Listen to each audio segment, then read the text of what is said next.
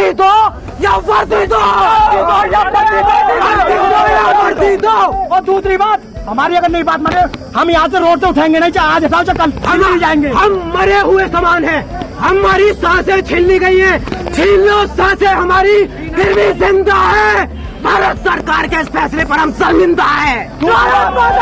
अग्निपथ योजना, अग्निपथ योजना ने देश में लगाई अग्नि।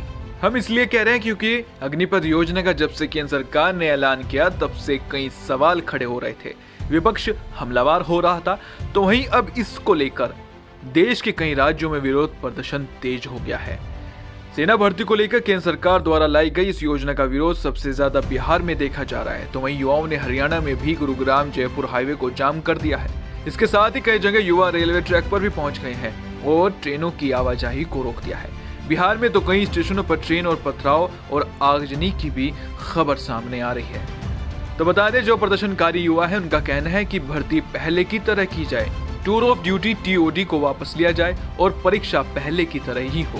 को लेकर कर रहे हैं, जिसमें पहला जो गलत लगाया गया है कि TOD 4 साल के लिए लागू कर दिया है। नेता जब 5 साल चुनाव लड़ के रह सकता है तो हम लोग सेना में 4 साल क्यों? जो जान निछावर करते हैं देश के लिए जान निछावर करते हम लोग 4 साल बाद क्या करेंगे? जहानाबाद में मेरा घर है, अगर आ जाएंगे 4 साल बाद तो इसमें कहाँ बिहार में एक वो इंडस्ट्री दिखा दीजिए जिसमें हमको सरकार जॉब दे देगा। क्या मांग कर रहे हैं? मांग यही है कि TOD वापस लिया जाए। सेना में जो भी नियम लागू हुआ है वो गलत है। TOD वापस लिया जाए, आर्मी रैली शुरू किया जाए, आर्मी एग्जाम चालू किया जाए।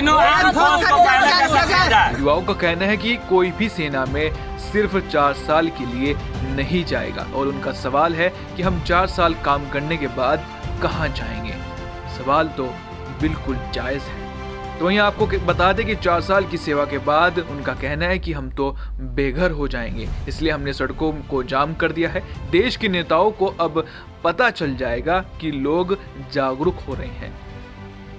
अग्निपथ योजना क्या है? तो आपको बता दें कि अग्निपथ योजना क्या है। दरअसल अग्निपथ भर्ती योजना के तहत युवाओं को सिर्फ 4 साल के वक्त के लिए सेना में शामिल होने का मौका मिलेगा।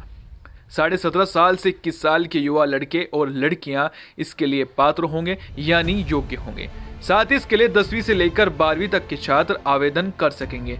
जिस दिन से इसका ऐलान हुआ उस दिन से लगाकर 90 दिन के अंदर इसकी शुरुआत हो जाएगी, यानी कि भर्ती होनी शुरू हो जाएगी और इस साल 46,000 अग्निवीरों को भर्ती किया जाएगा।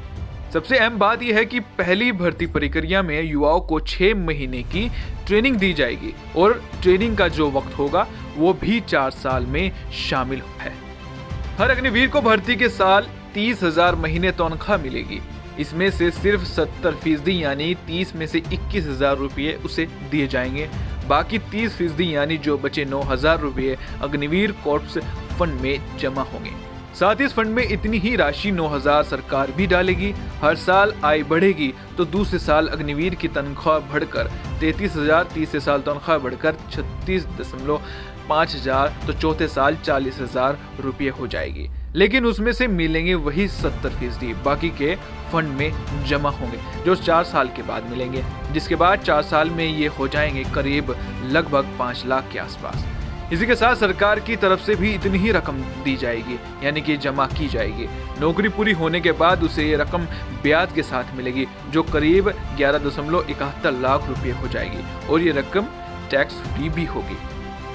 तो यहाँ आपको बता दें कि सेवा के दौरान शहीद होने या दिव्यांग होने पर आर्थिक मदद का प्रावधान भी है, यानी सरकार की तरफ से मदद दी जाएगी अगर कोई शहीद होता है या सेवा के वक्त हादसे का शिकार हो जाता है।